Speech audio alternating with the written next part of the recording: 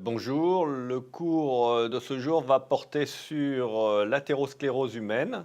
Vous verrez, c'est une vue un peu originale de l'athérosclérose, en particulier chez l'homme, parce que l'ambiance générale n'est pas tout à fait celle que je vais vous présenter actuellement. Et le deuxième point, c'est que je pense que les cellules musculaires lisses jouent un rôle fondamental dans l'athérosclérose, contrairement à ce qui est beaucoup écrit et beaucoup proposé autour du macrophage.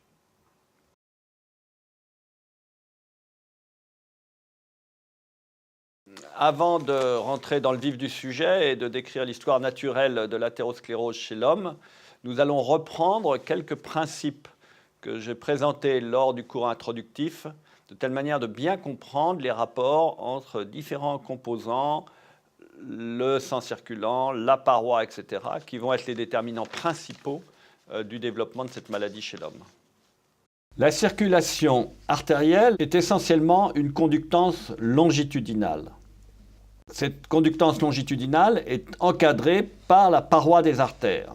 La paroi des artères est constituée de dedans en dehors par une couche de cellules endothéliales, une couche appelée média constituée de cellules musculaires lisses et de matrices, et une couche externe appelée adventice, qui est constituée d'un tissu conjonctif lâche, riche en vaisseaux et en terminaisons axonales d'innervation pour la paroi des artères. On dit que la structure de la paroi artérielle est multicouche, avec comme spécificité que l'endothélium se comporte comme une barrière entre ce qui se passe dans le sang et ce qui se passe dans la paroi, mais une barrière avec ses limites. La média est constituée donc de cellules musculaires lisses et de matrices, mais elle a des privilèges particuliers. Elle est avasculaire, c'est-à-dire qu'il n'y a pas de vaisseau dans cette partie de tissu. Tout l'oxygène vient par diffusion de l'oxygène présent dans les globules rouges circulants. Et du fait de son absence de vaisseau, elle est un site immun privilégié, c'est-à-dire qu'il n'y a pas de leucocytes présents dans la paroi à l'état de base. L'adventice est riche en vaisseaux, appelés vasa vasorum, avec un système vasculaire complet, et elle est capable, bien sûr, d'être un site de migration des leucocytes lié à la présence des capillaires, en particulier vénulaires. Cette paroi est le siège d'une autre conductance que la conductance longitudinale. Cette conductance est en rapport avec la pression artérielle régnant dans le système artériel. Cette pression artérielle, qui est de 120 mm de mercure en systole et 80 en diastole, va créer un gradient de pression entre la lumière et la pression interstitielle présente dans l'adventice, qui est de 12 mm de mercure à peu près. Donc ce gradient de pression va créer deuxième conductance, qu'on appelle la conductance radiale, ou principe de convection. C'est une conductance advective qui transporte avec elle non seulement l'eau, mais également les protéines plasmatiques. À l'opposé, la paroi artérielle, la monocouche de cellules endothéliales, le caractère hydrophobe de l'élastine va freiner cette conductance transpariétale. Par contre, s'il y a une augmentation de la perméabilité de la paroi, cette augmentation de perméabilité va permettre une conductance transpariétale plus importante des protéines plasmatiques. Qu'est-ce que vont devenir ces constituants plasmatiques qui vont percoler à travers la paroi artérielle? Eh bien, il y a plusieurs solutions. Elles peuvent être neutres et être recyclées au niveau de l'adventice sans grand changement, ou bien au contraire être transformées au cours de ce transport transpariétal. Ces transformations sont de plusieurs types possibles. Les constituants peuvent être retenus dans la matrice ou sur les cellules et rester là, s'accumuler là. Elles peuvent être oxydées ou protéolysées et transformées de cette façon. Et encore, elles peuvent être en partie ou en totalité endocytées par la cellule musculaire lisse, qui a des capacités à la fois d'endocytose et de phagocytose, avec des phénotypes différents. Quel que soit l'avenir de cette conductance radiale des protéines plasmatiques et des macromolécules plasmatiques, il n'y a pas de rétrodiffusion du fait du gradient de pression entre l'adventice et la paroi. Toutes ces protéines, ces agents qui ont traversé la paroi artérielle vont être recyclés dans l'adventice par les capillaires adventiciels dans la circulation générale. Le deuxième principe de base de la physiologie qu'on a vu ensemble lors du premier cours, c'est que la paroi est le siège de collision entre les éléments figurés du sang, les cellules sanguines, et la paroi artérielle. Ces collisions sont d'autant plus importantes que le flux sanguin est irrégulier, qu'il a perdu son caractère laminaire pour devenir non laminaire. De ce fait, des vecteurs vitesse non parallèles vont être générés, multidirectionnels, et lorsqu'il y a dilatation, des phénomènes de vortex vont se former, introduisant l'idée d'une stagnation du sang dans ces vortex. Les interactions entre les cellules circulantes et la paroi sont probablement en partie proportionnelles, mais pas seulement, en partie proportionnelles à la densité des différentes cellules sanguines. En effet, il existe une grande hétérogénéité dans la formule sanguine, puisque les cellules les moins représentées dans le sang sont les monocytes, 300 par millimètre cube de sang, alors que les platelets sont à 300 000 plaquettes par millimètre cube de sang, et que les globules rouges sont à 5 millions par millimètre cube de sang. Donc il y a probablement une différence considérable entre la fréquence d'interaction entre ces différentes catégories cellulaires et la paroi, en fonction de leur densité circulante. Ces interactions, comme on l'a vu pour le caractère non laminaire, prédominent de nouveau au niveau des ostias. Ici, une image montrant un ostia d'artère intercostale chez l'homme sur une aorte thoracique descendante, où on voit l'apparition d'un saignement au niveau de cet ostia. Ce saignement est rentré dans la paroi, puis il a cicatrisé, il a été recouvert par une prolifération intimale, ici blanche, de cellules musculaires lisses et de fibrose. Le troisième principe physiologique très important de bien mémoriser par rapport à l'athérosclérose, c'est le principe que toutes les agressions pariétales viennent du sang vers le contenant, c'est-à-dire la paroi. Que ce soit, bien sûr, le principe de convection radiale ou les interactions des cellules circulantes avec la paroi. Par contre, à ces agressions pariétales, la paroi va répondre, et en particulier la cellule musculaire lisse, par des conductances cellulaires de dehors en dedans, contre le gradient de facteur de croissance. Par exemple, lorsqu'il y a agrégation plaquettaire sur la paroi, l'agrégation plaquettaire va synthétiser et surtout sécréter du platelet growth factor, PDGF. Ce PDGF va alerter les cellules musculaires lisses de la média, les faire rentrer en mitose, provoquer leur migration vers la lumière, et c'est le phénomène qui va aboutir à la formation d'une cicatrice musculaire lisse et fibreuse au-dessus de la lésion, ou qu'on appelle la chape fibrocellulaire.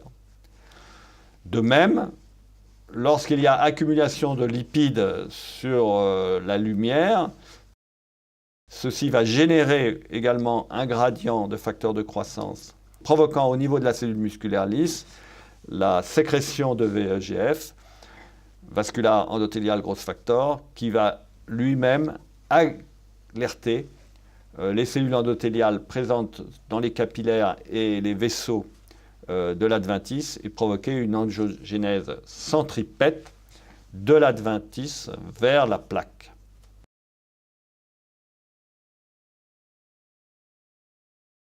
Ayant repris ces principes généraux de la physiologie cardiovasculaire, nous allons maintenant aborder le vif du sujet, qui est l'histoire naturelle de l'athérosclérose chez l'homme, et en particulier en débutant par l'idée que c'est le transport transpariétal des lipides qui va initier cette maladie chez l'homme. Pour décrire l'athérome humain, on le décrit en différents stades, c'est bien connu, et en particulier, ceci a abouti à une classification détaillée, qui s'appelle la classification de Starry, qui va coder en différents stades les lésions d'athérome. Donc, on part toujours d'une artère saine, c'est-à-dire avec une surface luminale parfaitement lisse. Ça, c'est la physiologie parfaite. Le premier stade de l'athérome humain correspond à un dépôt de lipides sous-endothélial dans l'intima de l'artère. Donc on voit ici ces dépôts jaunes qui prédominent toujours sur l'aorte thoracique descendante chez l'homme au niveau des ostias intercostales. Le stade suivant est représenté par le phénomène blanc. Ce phénomène correspond à cette migration des cellules musculaires lisses et à la cicatrisation par une prolifération intimale fibrocellulaire au-dessus de la strie lipidique, encapsulant la strie lipidique entre la lumière vasculaire et la paroi. On voit ici que les stries lipidiques cohabitent avec des lésions fibrolipidiques. Au stade plus évolué, on a la genèse de réelles plaques qui protrudent dans la lumière, comme ici dans une carotide primitive. On voit que cette plaque est associée souvent à des phénomènes hémorragiques intrapariétales tels qu'on les voit ici. Au stade de plaques compliquées, en particulier au niveau carotidien de nouveau, ce qui est le mieux connu, on voit apparaître des hémorragies intraplaques qui vont faire progresser de façon rapide le degré de sténose ou provoquer la rupture de plaques ou provoquer des emboles. Une pathologie emboligène dont le point de départ est la plaque. Cet stade final va être responsable des complications tissulaires de l'athérosclérose, essentiellement sous forme de d'ischémie tissulaire, que ce soit au niveau du cerveau, au niveau des coronaires, du myocarde, ou au niveau de l'artère des membres inférieurs. Revenons au stade initial, qui est la strie lipidique. Donc ici, on voit une macro de la strie lipidique. Ici, l'ostium intercostal, qui est représenté, que l'on voit ici très bien, sur la coupe longitudinale de la lésion. Donc, bien sûr, cette strie lipidique va être soumise aux deux grandes forces hémodynamiques, le cisaillement lié au flux ou la convection transpariétale. Donc on voit ici que cette strie lipidique est riche en lipides, en rouge ici, c'est un marquage sur coupe congelée par l'huile rouge. On voit que cette strie lipidique est un bruit de fond très important en glycosaminoglycans, ici en bleu. Les glycosaminoglycans sont riches en glucides et donc sont alcyanophiles, c'est-à-dire qu'ils prennent la couleur bleue par la coloration du bleu alcyan. Enfin, ces stries lipidiques sont riches souvent en cellules spumeuses. Ici, vous voyez ces cellules avec ces grandes flaques, contenant ces grandes flaques, ces grosses vacuoles de lipides translucides, qui donnent un aspect complètement translucide sur les coupes déparaffinées et délipidées quand elles sont traitées par des agents tels que le xylène qui élue les lipides. Quelles sont les principales caractéristiques de l'évolution à partir des stries lipidiques? Bien, les stries lipidiques, comme on l'a vu, se développent sur un bruit de fond qui est un bruit de fond cellulaire que l'on voit ici très bien dans l'intima par cette coloration des noyaux par le DAPI. Par contre, le stade suivant, qui est un stade de lésion fibrolipidique, comme on l'a vu, où la chape fibrocellulaire vient recouvrir progressivement la strie lipidique sous-jacente, on voit quelque chose de très important, qui est que ce corps lipidique s'accompagne d'une disparition des cellules musculaires lisses. Ici, il devient acellulaire, alors que la chape fibreuse elle-même reste parfaitement cellulaire, riche en cellules et riche en matrices. On voit ici que dans la strie lipidique initiale, les cellules sous-jacentes à la strie lipidique, nucléées, sont essentiellement des cellules musculaires lisses, alpha-actine positive, transgéline positive et myosine positive, myosine plus faiblement. Par contre, on voit ici, de nouveau, que le corps lipidique, ici, est devenu acellulaire, alors que la prolifération fibrocellulaire de la chape fibrocellulaire prend le bleu alcyan et est riche en glycosaminoglycane. Donc cette évolution s'accompagne d'une rétention donc, des lipides qui va se différencier avec une aorte parfaitement saine où il n'y a pas de rétention de la peau B, des fathistriques où il y a une rétention importante de la peau B, donc du LDL. On voit ici apparaître une fine couche de cellules musculaires lisses, bleu alcyan positives, qui vont venir petit à petit cicatriser la lésion lipidique initiale. Et puis, au stade de fibroathérome, de plaque initiale, on voit que le corps lipidique, non seulement est acellulaire, mais qu'il est aussi protéolytique, puisqu'il n'y a plus d'ApoB, la protéolyse a détruit l'ApoB. Qu'est-ce que va devenir le cholestérol ainsi accumulé? Le cholestérol va cristalliser sous deux formes. Premièrement, la formation d'abord de cristaux liquides, le plus souvent intracellulaires, c'est le propre des fathistriques, des stries lipidiques. Et par contre, avec le temps et l'apparition de lésions fibrolipidiques, l'encapsulation du corps lipidique va apparaître, et la mort cellulaire va apparaître des cristaux solides, sous forme d'épingles ou sous forme de plaques, qui sont philippines positives, montrant bien leur nature lipidique. Cette accumulation de lipides va être accompagnée d'une oxydation de ces mêmes lipides. Ce phénomène d'oxydation est tout à fait important pour comprendre le développement de la maladie athéromateuse. L'accumulation de lipides seuls n'est pas suffisante pour induire l'évolutivité de la maladie. C'est l'oxydation de ces lipides qui va jouer un rôle tout à fait fondamental. Un des points fondamentaux de l'initiation de la maladie chez l'homme est le passage de la rétention lipidique à la transformation oxydative de ces lipides. Donc ici, on voit un schéma, on voit des figures qui sont des stries lipidiques. Les trois colonnes correspondent à une strie lipidique dans différents états. Donc, sur la colonne de gauche, on voit qu'il y a peu de cellules spumeuses, donc on en voit quelques-unes ici dans le rectangle blanc. On voit que ces cellules spumeuses, qu'il n'y a pas de détection possible de fer ferrique sur la ligne de bas dans cette lésion. Donc il n'y a pas eu suffisamment d'accumulation de fer pour qu'il soit transformé en fer ferrique et stocké sur la ferritine en intracellulaire. Par contre, on voit très bien un marquage de l'association ferrocyanure plus diaminobenzidine. Pourquoi ça? Parce que le Pearls est très spécifique du fer ferrique, puisque en présence de fer ferrique, le ferrocyanure va se transformer en ferrocyanure ferrique ou bleu de Prusse et précipité localement, alors que le fer ferreux ne produit pas de ferrocyanure ferrique et donc ne provoque pas la présence de bleu de Prusse. Par contre, le fait de mettre en présence le ferrocyanure avec du fer ferreux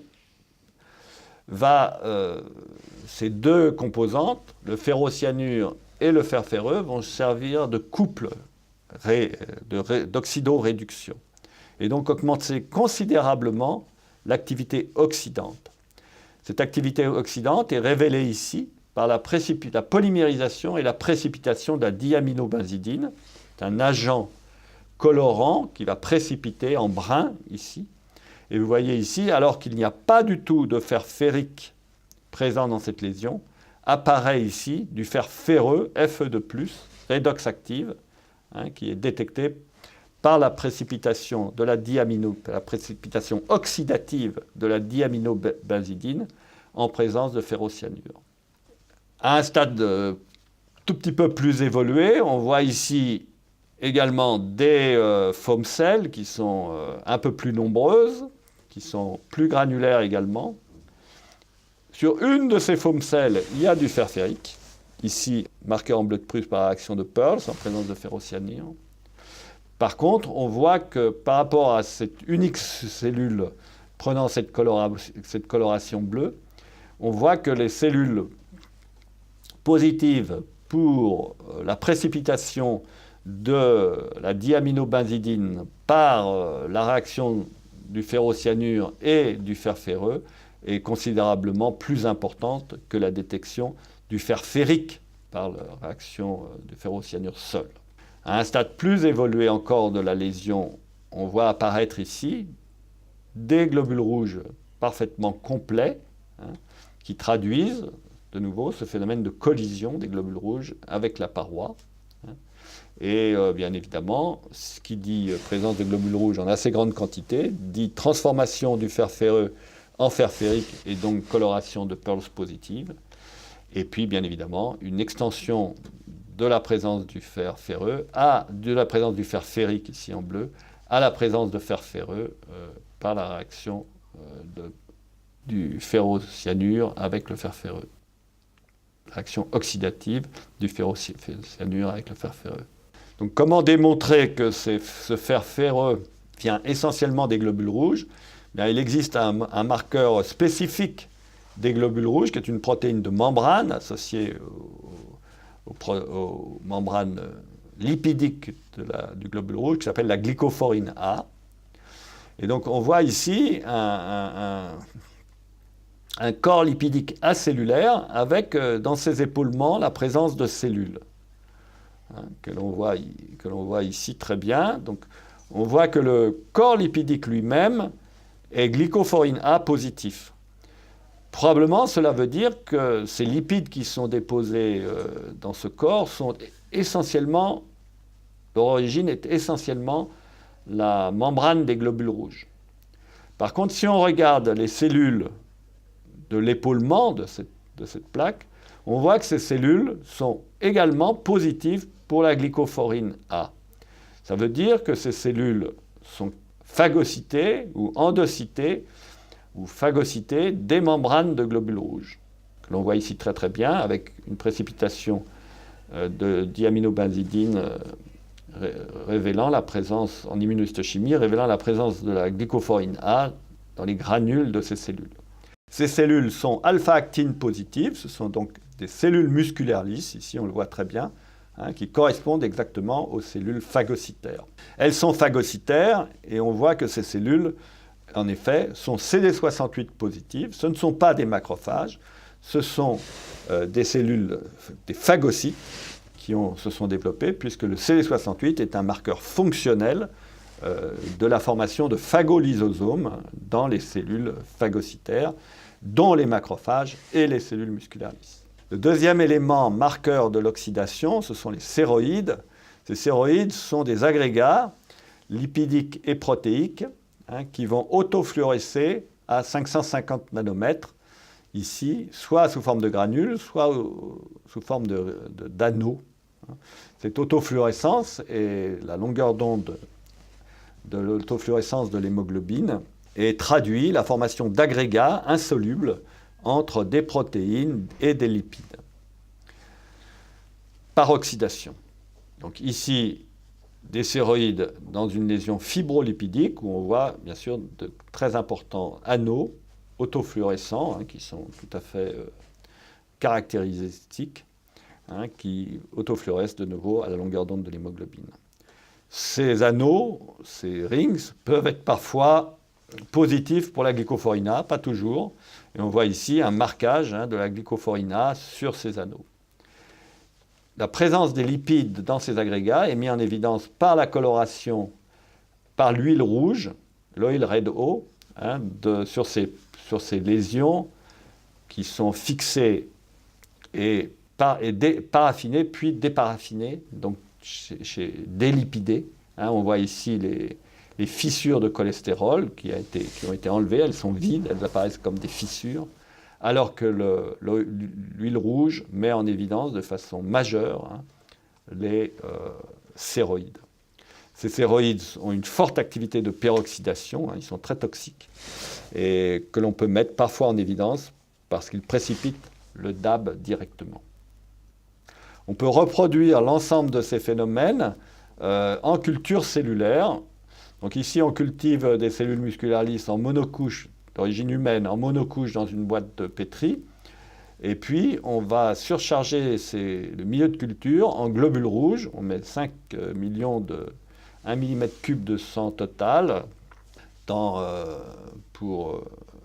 sur cette culture. Et on va voir ici, petit à petit, les globules rouges disparaître du milieu de culture. On va voir ces globules rouges disparaître et arriver pratiquement à 0 globules rouges dans le milieu de culture. Ce phénomène est lié à la phagocytose des globules rouges sénescents par les cellules musculaires lisses en culture. Ceci est montré bien ici.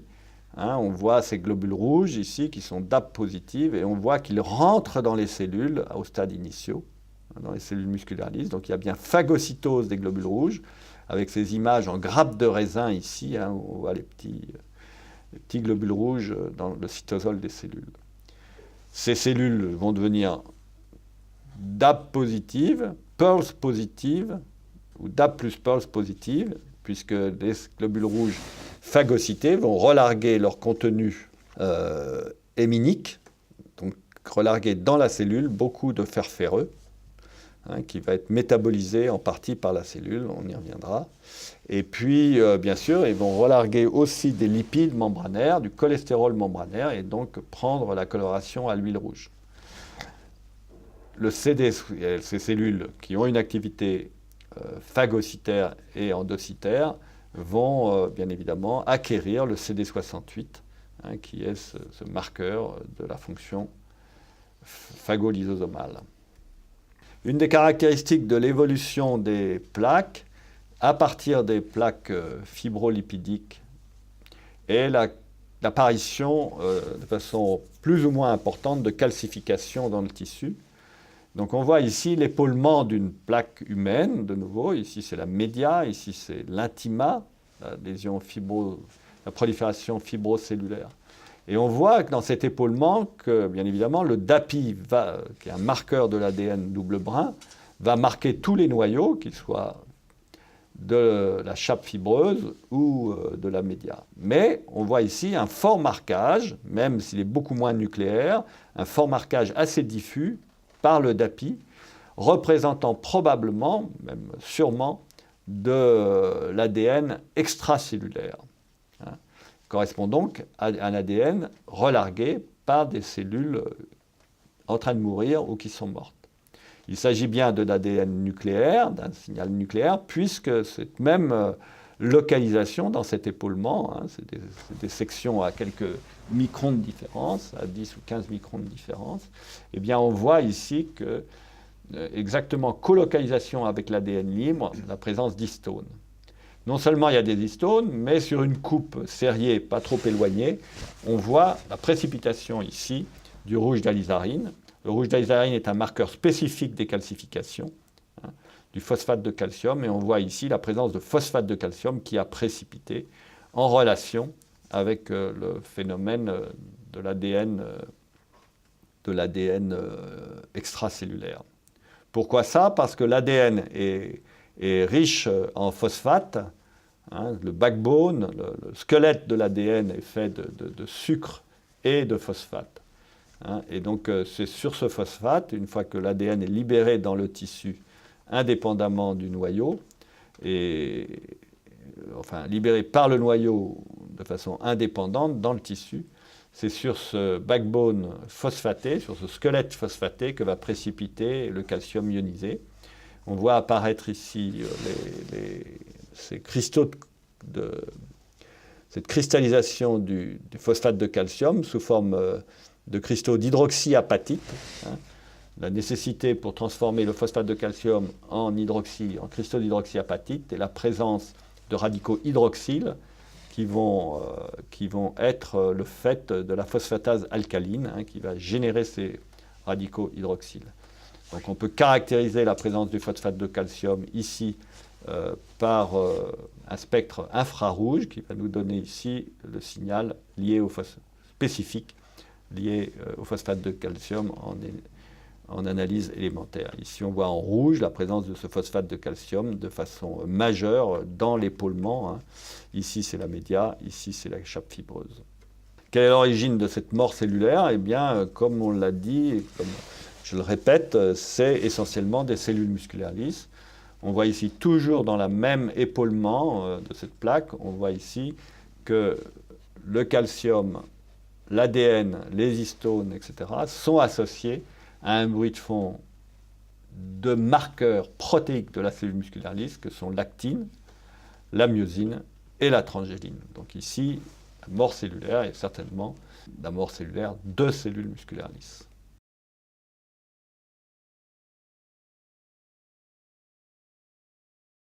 À ce stade, il est vraiment important de comprendre le phénomène de néoangiogénèse intrapariétale. C'est lui qui va faire basculer la maladie des stades initiaux parfaitement asymptomatiques au stade beaucoup plus complexe de plaques qui vont se traduire à moyen terme par l'expression clinique de la maladie athéroscléreuse, que ce soit au niveau carotidien ou au niveau coronaire ou au niveau des membres inférieurs. L'étape suivante, comme on l'a annoncé, est le fait de l'angiogénèse centripète. Donc l'angiogénèse centripète a été montrée chez la souris, et en particulier avec ce travail de Tanaka de 2011, on voit très bien ici, il a séparé le vaisseau d'une souris APOE en radians, une analyse radiale, hein, et d'un côté de cette paroi probablement d'aorte, il y a une plaque fibrolipidique et de l'autre côté, il n'y en a pas. Et donc on voit ici la densité de vaisseaux dans l'adventice, hein, et on voit que l'adventice, quand elle n'est pas dans la projection radiale de la plaque d'athérome, est peu vascularisée chez la souris. Au contraire, quand on arrive dans la projection radiale, c'est-à-dire des radians 10 au radian 15, eh bien, on voit apparaître, premièrement en bleu, la plaque dans cette projection radiale, et deuxièmement en rouge, un enrichissement considérable en néovaisseaux adventiciels, hein, traduisant un phénomène de néoangiogénèse par rapport aux radians 3 et 4, par exemple. Est-ce qu'on voit ça chez l'homme? Oui, on voit exactement ça chez l'homme. Ici, une plaque lipidique sur une carotide primitive humaine. Donc on voit ici la plaque lipidique. Ici, à plus fort grossissement, la plaque lipidique sur le côté droit de la carotide, alors que sur le côté gauche, sur le segment gauche de cette paroi, on ne voit rien du tout, il n'y a pas de plaque lipidique. Donc on voit ici qu'il n'y a pas d'angiogénèse du tout dans la média. On ne détecte pas, ni avec le CD31, en particulier avec le CD31, de néoangiogénèse intrapariétale pénétrante. On en voit un peu dans l'adventice. Ce n'est pas de la néoangiogénèse, c'est normal. L'adventice, comme on l'a vu, est une couche vascularisée.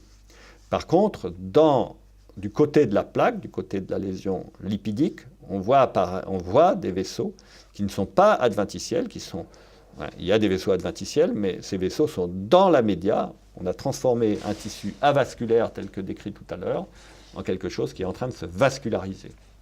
Donc cette angiogénèse centripète, on la voit ici très bien, hein, dans la média, hein, qui pénètre la média, et elle est CD31 positive. Quel est le mécanisme inducteur de cette néoangiogénèse centripète? Eh bien, ici, vous avez la topographie lésionnelle. Donc, vous avez la lésion lipidique ici, qui est probablement une transition entre une lésion stridlipidique et une lésion fibrolipidique. Sous-jacente à la lésion, la média artérielle, et sous-jacent à la média artérielle, l'adventice. Et donc on voit ici qu'en regard de la lésion lipidique, apparaître dans les cellules musculaires lisses sous-jacentes la présence importante de VEGF. Il s'agit de nouveau de cellules musculaires lisses de la média, sous-jacentes à la lésion. Elles sont myosine positives, ici on a en rouge, et elles sont VEGF positives, ici en bleu pâle. Donc quand on regarde en biochimie, en dosage direct du VEGF dans ces parois, on voit qu'il y a peu de VEGF sécrétés par des aortes parfaitement saines. On voit que la lésion lipidique elle-même ne sécrète pas énormément de VEGF, en tout cas pas différemment d'une aorte saine. Par contre, on voit que la média sous-jacente à la lésion sécrète énormément de VEGF de façon très significative, et c'était confirmé maintenant de façon tout à fait claire. Donc l'affaire et le phénomène est résumé ici par une expérimentation animale. On implante un gel 3D de collagène en sous-cutané chez la souris et on le laisse évoluer. On voit ici que si on ne met pas de cellules musculaires lisses dans ce gel, on ne voit pas apparaître une angiogénèse importante en 10 jours. La lésion reste tout à fait claire, translucide. Enfin, le gel reste clair, translucide, il n'y a pas de cellules. Par contre, si on fait rentrer des cellules musculaires lisses dans le gel, si on met des cellules musculaires lisses dans le gel, cellules musculaires lisses autologues de souris, eh bien, on voit apparaître une néoangiogénèse qui va, au bout de 10 jours, donner une angiogénèse relativement importante. Si on pré-incube les cellules musculaires lisses qu'on va mettre dans le gel avec du milieu conditionné recueilli à partir de plaques d'athérome humain, lipidiques, eh bien on voit apparaître non seulement une angiogénèse, mais des saignements à l'intérieur du gel. Ça veut dire que cette angiogénèse va créer des effractions sanguines et donc saigner des globules rouges dans le gel. Si on utilise un antagoniste du PPAR gamma, sur lequel on pré-expose les cellules musculaires lisses en présence de milieux conditionnés venant de lésions lipidiques chez l'homme, eh bien, on voit qu'on restitue la présence de cellules musculaires lisses, mais pas ni d'une angiogénèse intense, ni de saignement.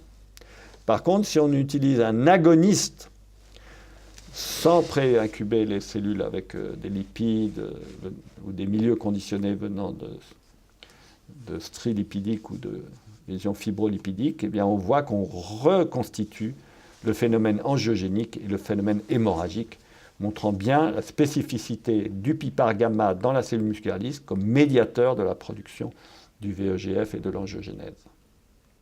Donc, pour résumer ce phénomène d'angiogénèse, on voit ici une média artérielle chez l'homme. Quand on regarde sa face abluminale, on voit tous ces points rouges ici. Chaque point rouge correspond à un néovaisseau pénétrant de l'adventice vers la média. Par contre, si on regarde la face luminale, on voit bien sûr l'accumulation de lipides ici, d'où partent les signaux, mais associé à ces accumulations de lipides, des phénomènes de micro-hémorragie, ici on le voit très bien, bien sûr, qui correspond à cette angiogénèse.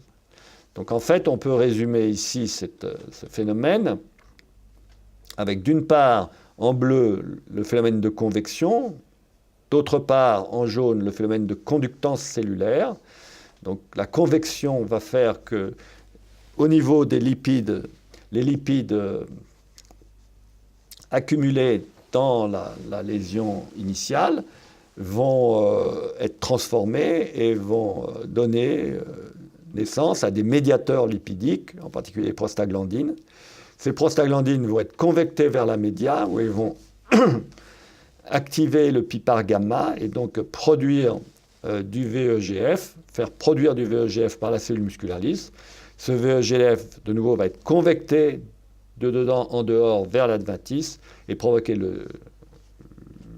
prolifération des cellules endothéliales et la création de néo-vaisseaux qui vont pousser contre le gradient de VEGF dans l'épaisseur de la média.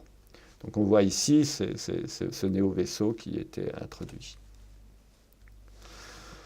Donc si on fait un fort grossissement sur ce néo-vaisseau, on voit qu'il contient des globules rouges, ce qui est normal. Par contre, on voit qu'il y a des globules rouges qui ont extravasé dans le tissu, qui ne sont plus dans la lumière, mais à l'extérieur de la lumière, ce qui démontre l'immaturité de ce vaisseau. Non seulement ils sont en dehors de la lumière, mais comme on l'a vu tout à l'heure dans la culture primaire, on voit qu'ils sont endocytés, qu'ils ont été phagocytés par des cellules, par des phagocytes ici autour du néo-vaisseau, et que ces phagocytes sont essentiellement des cellules musculaires lisses. Donc on voit de nouveau cette image en grappe de raisin intracellulaire des globules rouges qui ont perdu leur hémoglobine, qui est en train d'être métabolisée. À distance, à distance de ce vaisseau, on voit ici des cristaux de cholestérol qui sont probablement accumulés là et qui correspondent probablement, potentiellement, à des membranes de globules rouges qui ont donné du cholestérol en grande quantité.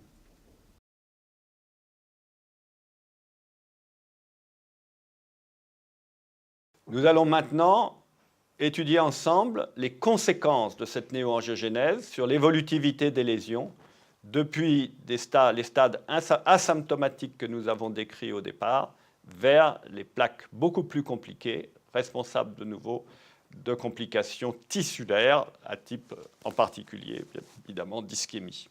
La conséquence de ces hémorragies a été décrite de façon très ancienne et probablement dans la première description de l'athérosclérose chez l'homme par Galien. Galien était un médecin grec qui était le médecin personnel de Marc Aurèle au IIe siècle de notre ère. Et il a décrit, c'est lui qui a donné le nom à cette maladie des artères, puisque athérome en grec, ça veut dire gruau, ça veut dire bouillie de céréales. Donc il avait vu ces plaques contenant cette bouillie. Et donc cette bouillie est probablement en rapport avec le phénomène d'hémorragie intraplaque, et en particulier ce phénomène d'hémorragie intraplaque en rapport avec la néoangiogénèse. Donc c'est la principale conséquence de cette néoangiogénèse, c'est le fait que ça va saigner dans la plaque. Donc on voit ici très très bien la détection de ce saignement en imagerie par résonance magnétique nucléaire. Donc pourquoi ? Parce que le fer ne résonne pas. Donc à partir du moment où il y a du fer dans un tissu, eh bien ça va donner un signal très négatif dans le tissu. Donc on voit ici ce signal négatif qui correspond à des hémorragies intraplaques dans la paroi des vaisseaux. Le reste du signal ici est un signal qui n'est pas lié au fer et qui est beaucoup plus positif. Et puis, ces hémorragies intraplaques, quand elles sont détectées ou quand elles sont analysées a posteriori sur des plaques d'athérome carotidien opérées et qu'on suit cette cohorte de patients, eh bien on voit que la présence d'hémorragie intraplaque au niveau carotidien a une valeur pronostique élevée sur la survenue d'accidents vasculaires cérébraux, mais également sur la survenue d'accidents coronariens. Comme si le fait qu'il y ait des hémorragies intraplaques, même ne serait-ce qu'au niveau carotidien, fait que le patient est vulnérable aux complications ischémiques de la maladie. Donc ici, on voit cette plaque carotidienne ici, c'est une plaque d'endartérectomie carotidienne, où on voit que, de nouveau, en fonction de la situation anatomique, eh bien, les lésions sont plus ou moins développées. Donc ici, sur la carotide primitive terminale, on voit des plaques ici, l'épi de corps, la chape fibreuse, tout ça. Donc on est à un stade qui, s'il n'y avait que cela, resterait asymptomatique. En tout cas, à ce stade-là. Par contre, ce que l'on voit à l'origine de la carotide interne, c'est une véritable lésion qui a été responsable, qui est coupable ou vulnérable, puisque le patient a été opéré pour prévenir la complication, pour prévenir ou pour traiter la complication cérébrale d'ischémie. Donc on voit ici de nouveau qu'il s'agit bien d'hémorragie intraplaque, plus ou moins calcifiée. Alors quelles sont les conséquences biologiques de ces hémorragies intraplaques? Eh bien, qui dit hémorragie dit hémostase, c'est-à-dire qu'il va y avoir un phénomène de coagulation du sang à l'intérieur même de la paroi. Cette coagulation du sang va bien sûr inclure les globules rouges, les leucocytes, les plaquettes, et puis interférer avec le plasma du circulant et accumulé là. Donc les globules rouges ont donné des membranes et des cristaux de cholestérol, comme on vient de le voir, ont relargué l'hémoglobine et donné du fer Fe2+, du fer ferreux, redox active. Les leucocytes, en particulier les neutrophiles, vont donner de la myéloperoxydase, qui est une des plus puissantes activités d'oxydation dans l'organisme, et puis des enzymes protéolytiques, dont l'élastase leucocytaire et la MMP9, qui est la principale métalloprotéinase du neutrophile, provoquant des activités protéolytiques. Et de même, l'arrivée du plasma sur la fibrine va être le plasminogène plasmatique va être transformé en plasmine et va participer des phénomènes protéolytiques. Le fer et la MPO sont essentiellement impliqués, bien sûr, dans les activités d'oxydation, alors que les membranes de globules rouges sont éventuellement aussi les membranes des plaquettes, vont être impliquées dans la formation de cristaux de cholestérol. Donc il y a des spécificités de localisation de ces maladies, de la maladie athéromateuse. Certainement, le plus informatif est la fréquence et le risque athéromateux au niveau coronaire. Donc c'est plus difficile à travailler sur le plan des prélèvements humains, puisque les coronaires sont inaccessibles schématiquement à des prélèvements non traumatiques, et que ce soit au cours des pontages ou bien sûr au cours des manipulations endovasculaires. Donc cette augmentation du risque athéromateux au niveau des coronaires est liée directement à l'hémodynamique coronarienne, qui est très spécifique. On différencie dans le système coronarien deux compartiments. Un compartiment épicardique, où les vaisseaux, qu'ils soient artériels et veineux, sont à l'extérieur du muscle cardiaque. C'est des vaisseaux de conductance qui sont sur la surface du cœur, dans la graisse épicardique. Et puis la partie intramyocardique de la circulation coronaire, avec les capillaires, bien sûr, qui sont extrêmement nombreux, et puis des artérioles, des vénules, etc. Donc cette partie intramyocardique est compressible, alors que la partie de vaisseaux de conductance qui sont dans l'épicarde, bien sûr, est en dehors de la compression myocardique. Donc on voit ici ce phénomène de compression myocardique, en quoi il va impacter le régime de débit dans le coronaire.